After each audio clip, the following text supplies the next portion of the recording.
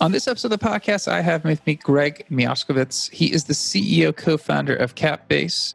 Well, we're going to dive into this episode and talk about some of the complexities facing founders and handling of the equity side, right? So there's a lot of different manual solutions, different point solutions, and there's a lot of touch points that you'd be surprised about. And also Greg has some experience and insights in terms of as an actual employee, as a potential job candidate looking for equity, stock options, whatnot, what you could look for, what you should be asking. So going to dive into a bunch of different topics. Hopefully we'll cover as much as we can. Greg, thanks for being on the podcast. Thanks for having me, Amir. Absolutely. So I know you had me, you kind of phonetically helped me through your name, and full disclosure, I was going to ask you to pronounce your name for the audience because obviously I tried to do as best job as I could, but I'm going to give you that chance and then dive in. Oh, yeah. So my legal name, my government name, I guess, is Greg Miaskiewicz, but I go by Greg Miaskiewicz because no one can pronounce Polish names outside of Eastern Europe or really Poland. So that's the only place people can pronounce my name if I write it down. Absolutely. I tried. I did the phonetic spelling and I didn't think I could do justice. So I appreciate you doing that. And then I guess, for the audience, if you could, maybe a little context of who you are and what your company Capbase does. Yeah, so I've been working in early stage startups for most of my career, probably around 13 years now. And I actually took probably an unconventional path to enter the world of tech. I actually studied the humanities as in philosophy and history and economics. And then I did graduate research in philosophy and then ended up abandoning academia. And I ended up going back to tech, which is something I learned to program at a very early age. I've also been always fascinated by design. I applied to art schools and almost went to school for design. And I actually kind of think in retrospect, I should have studied industrial design because I've been fascinated with the design of everything from cars to furniture. But it is similarly interesting to build digital products, whether that's an experience on your computer or mobile phone. And so I started out working kind of at the conjunction of design and engineering, working in UI design, product design, and also front-end development. I then did some full stack engineering work and then switched over to working in product. I founded my first company in 2014. We developed a real-time bot detection software. That company was called Swarm. And so the way that worked was something similar to CAPTCHA, but the user didn't know they were being tested. And this was completely real time. This is like a piece of JavaScript that could be thrown into any web page or ad unit. And then we would identify if that impression or page view was shown to a human or a bot. And we sold that company in 2016 to Integral Ad Science, where then I led up some of the advertising fraud and bot detection R&D at the company for a couple of years. It was one of their 3 core product lines. And then Integral was bought by Vista Private Equity in the summer of 2018, and I left soon after that. And the day I actually quit was the day I incorporated Capbase and bought the domain name. And I'd already been doing the research that went into the product, from talking to founders to talking to VCs about how they get data from companies and do financial reporting, to talking to lawyers about how they provide services to early stage companies, to identify really the scope of what we're building and what went into the product vision and roadmap. And what we're really trying to solve at Capbase is problems that I have seen personally as a founder, as an advisor or investor into companies, also as a employee of early stage startups as well. Doing really common things like hiring an employee and giving them stock options, incorporating the company, doing business registrations, that often falls into the lap of 1 or 2 of the founders who, before they start a company, they might not know how a cap table works. They have no idea what the compliance requirements are for their company. Most of them don't have access to good lawyers. Frankly, the good corporate startup lawyers exist in a few tech hub cities, and it's a gated referral network in the sense that you have to have an intro from another founder or investor to get a partner from the law firm to speak to you. Then you have to pitch them on your company, and they will size up your idea and you as a person in order to decide whether to take you on as a client. Because they're effectively taking on early stage companies as business development for getting relationships established with startups before they become big, so that they can make a lot of revenue post Series A from these companies. So effectively, until the company reaches that stage, it's completely loss leading for the law firm. They either don't make any profit or they lose money on the work they're doing for early stage companies. So most founders don't have really great legal help. The ones that do, like let's say you have a lawyer from Oric or Fenwick or Gunderson Dittmer, Perkins Coie, that relationship, because of the financial incentives I just spoke to you about, that it's financially loss leading for the law firm, effectively you're their lowest priority client. Unless you're contacting them about fundraising or an M&A scenario, their response time is crappy. And they don't volunteer information that founders need to know. And founders are afraid to ask questions because every time they send an email, it costs $800 to $1,000 an hour billed in 6-minute increments, right? So you're going to be spending $80 to $100 an hour just to have an email skimmed by your lawyer. So simple things like, when do I need to file this form to keep my company compliant in California, fall by the wayside. A lot of also executed legal agreements are frankly lost. No one organizes the document room properly. And the company ends up really spending a ton of money that is preventable fees, right, on cleaning up their document room and doing corporate housekeeping before they raise their first real money from investors or go to try to sell the company. Let me ask you this question. So you started Capbase knowing that this gap existed and you had gone through some of the trials of getting, the right documents in place, getting associated with the right person, and you had actually gone through it. How many times you come across a founder that just doesn't even know what question to ask just because they have an idea, they're going to run with it, and then it's like, well, hold on, time out. Yeah, so often when I talk to founders, they have no idea what they're doing with regards to the optimal jurisdiction. Like they think it's basically that they can set up an LLC in their home state and that's fine, and they can convert it later. Mm. That process, depending on what state they register an LLC in, may be rather tedious to convert it to a Delaware C corporation. Moreover, because of this conversion, in many cases, both the founders as well as the investors lose out on a tax discount through a qualified small business stock.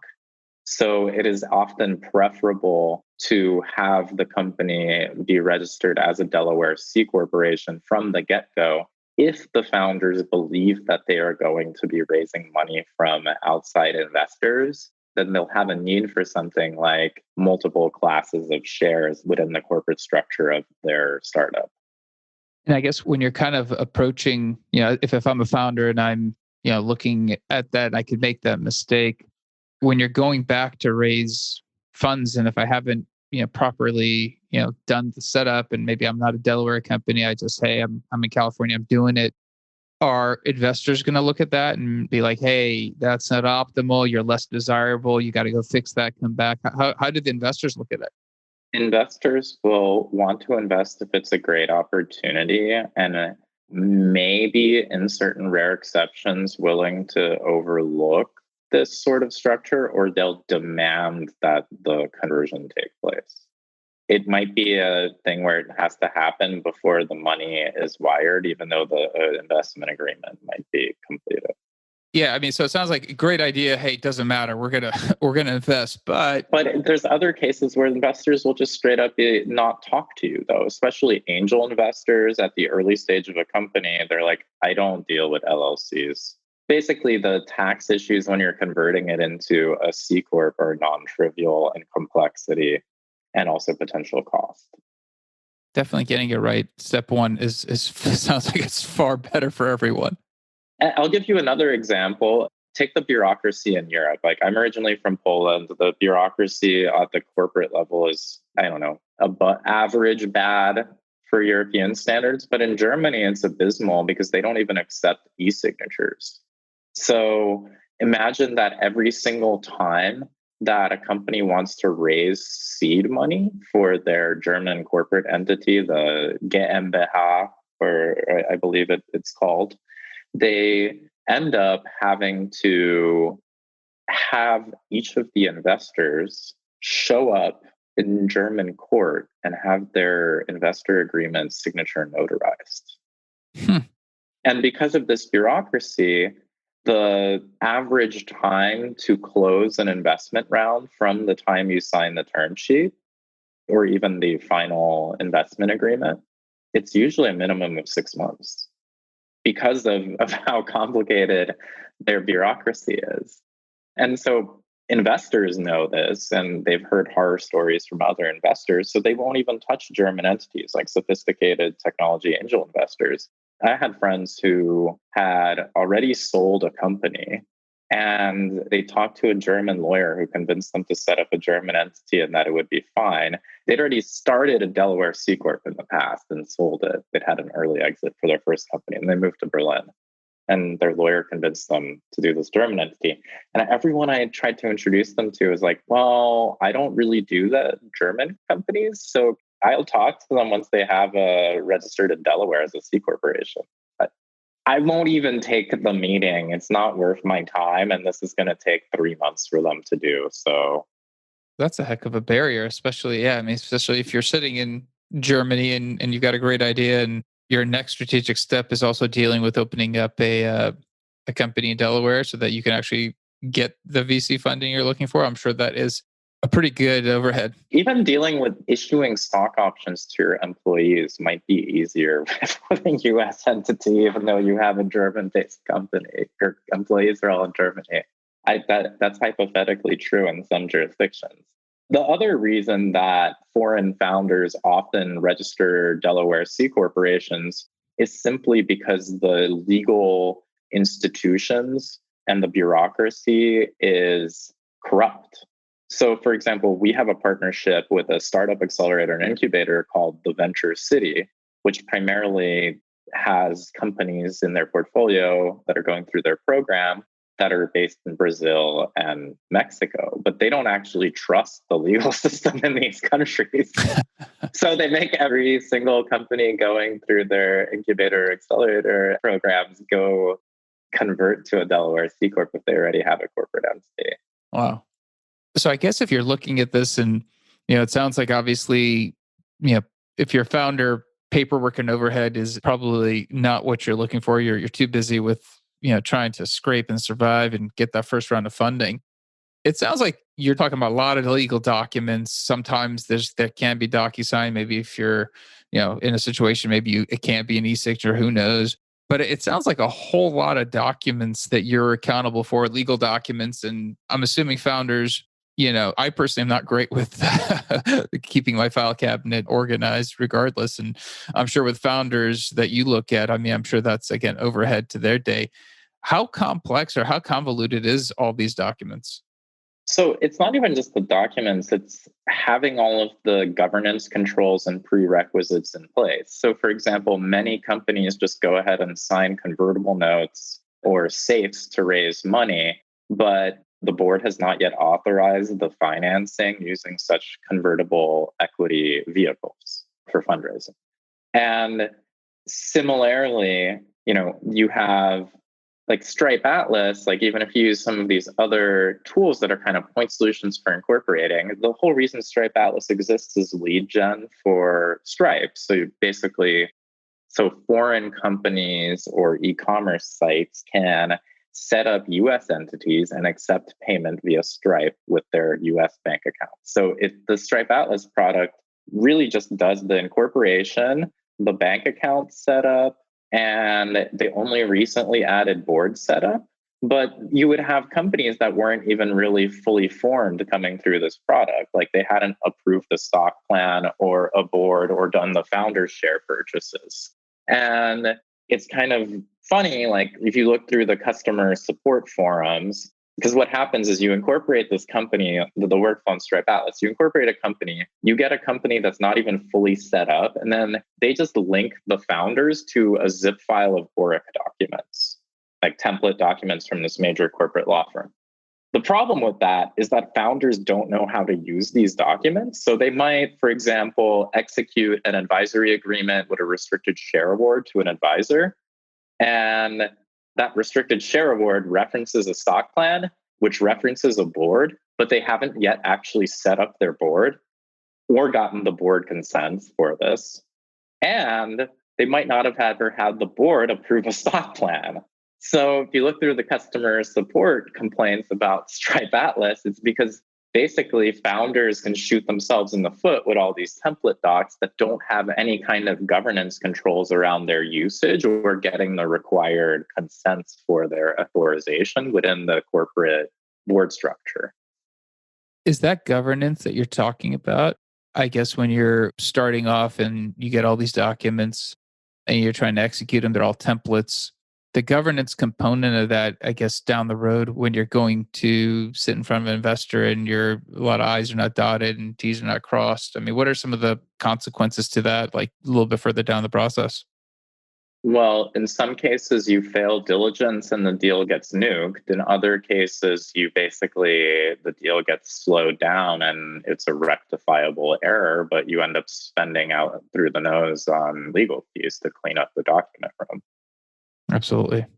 It sounds like really, keeping it clean, starting off with the right steps, the right, documents in place, incorporating in the right state. It sounds like there's a massive payoff long term. Just, like you said in the beginning, a great idea is a great idea. You'll get investment, but there's going to be a little bit of hold up, a little slow down.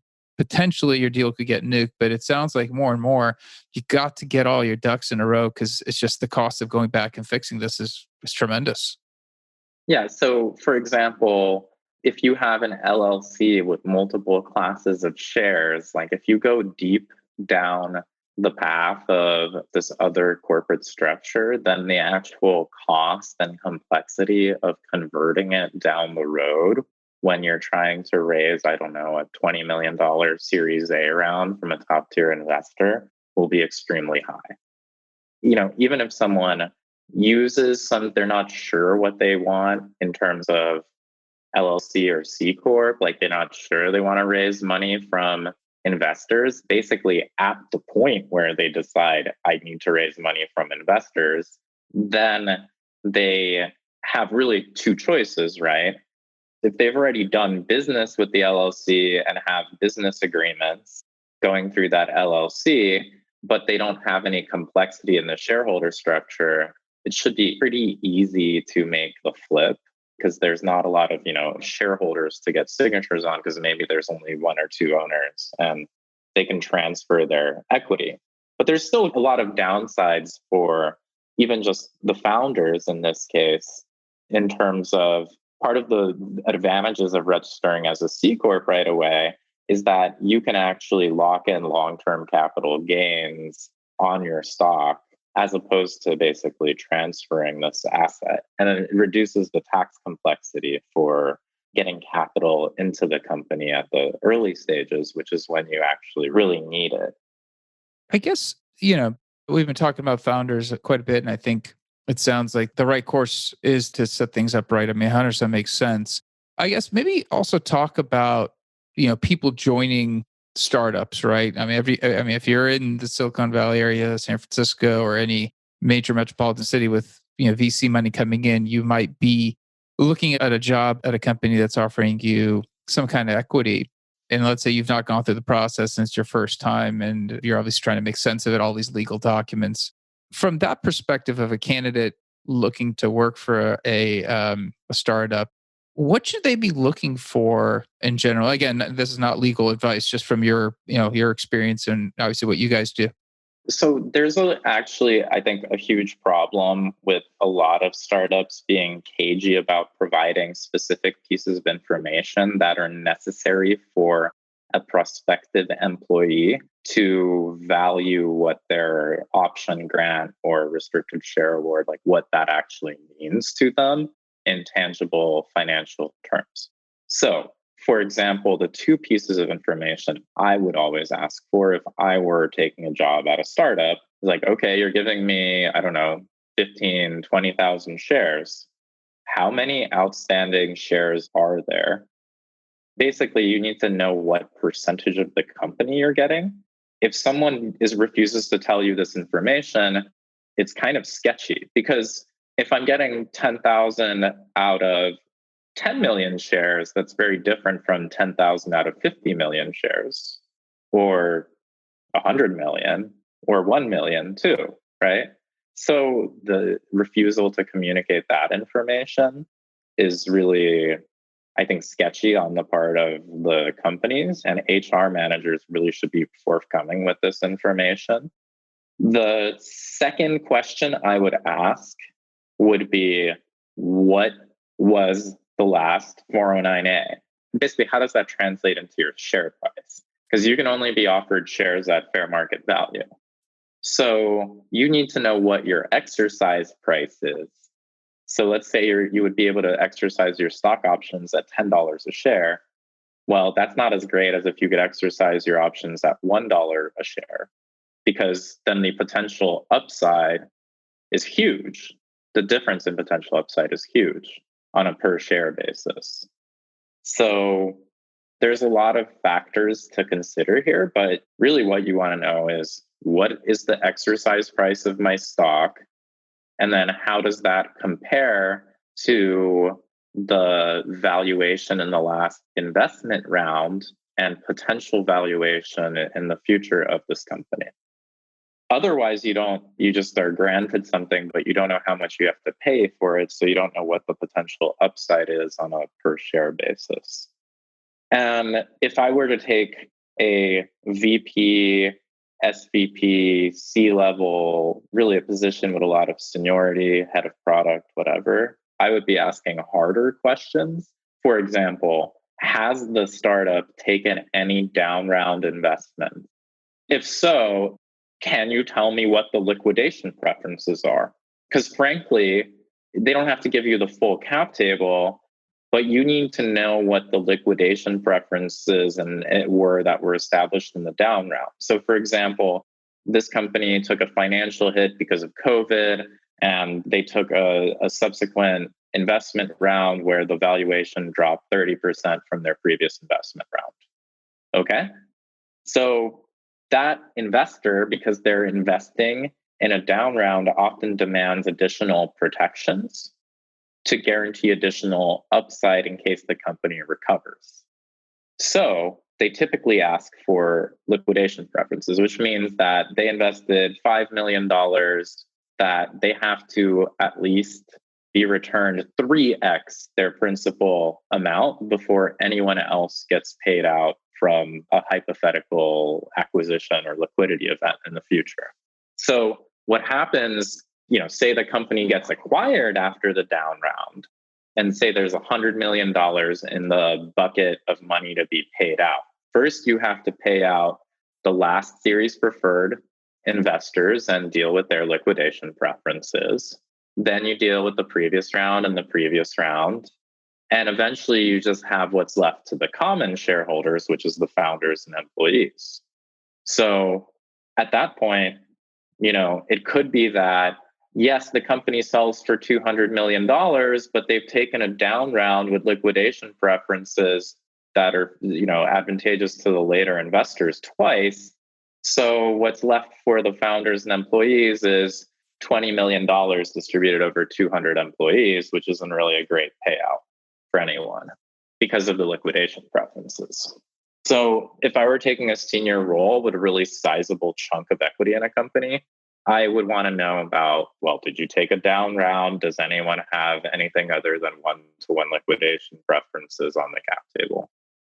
Interesting. That's some great insight. And I guess, yeah, depending on if you're first time around or you're looking at a higher level executive, type of role. I mean, there are a lot of other things that you should look into when you are vetting a potential job offer from a startup. And the biggest ones are founder personality and founder dynamics. You really have to know, how are the founders as human beings? What are their incentives? What are they trying to do with this company?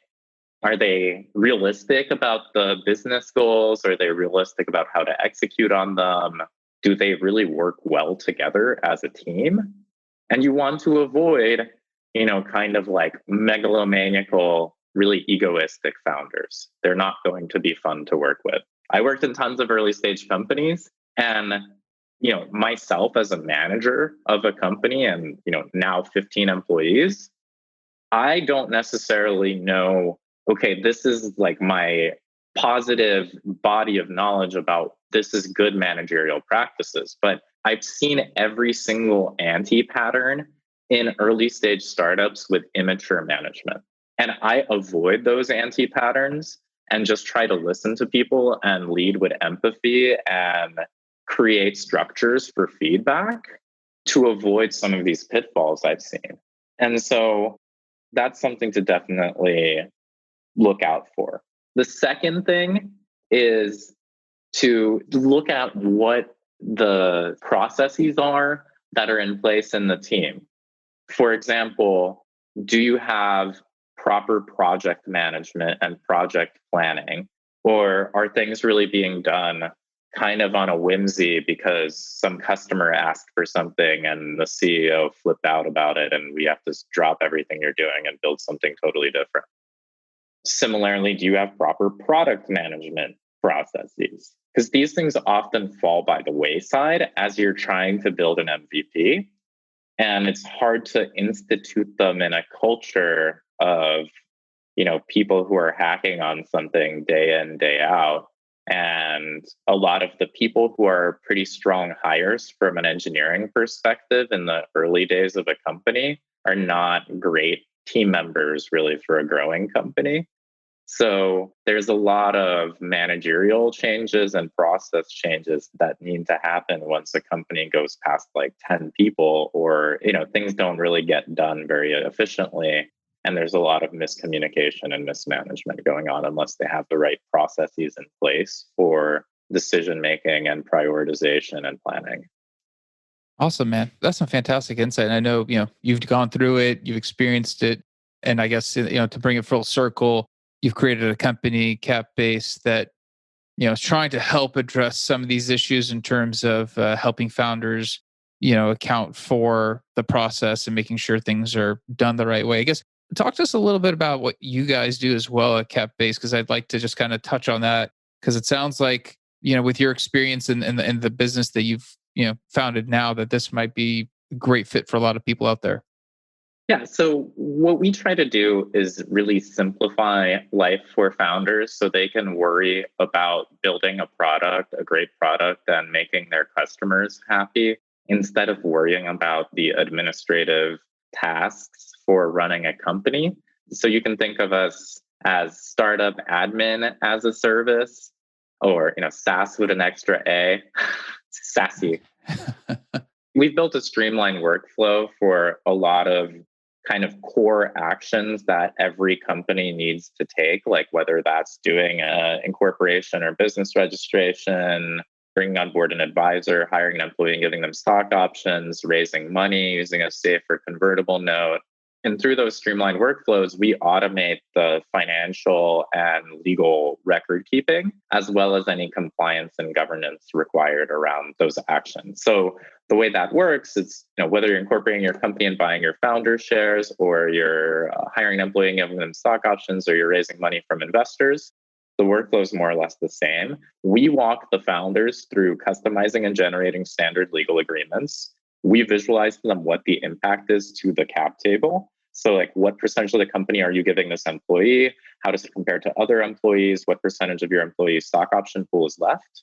Or in the investment case, let's say, what percentage of the company would you be selling to the investor in these different scenarios where this safer convertible note would convert in the future? So we model that out. So then once the founder is ready, they fully understand what they're doing and what the impact is to their cap table. They issue the contracts for signing in our system. We do the e-signatures. We also electronically process the payments, which is typically done with a manual wire transfer or a physical check.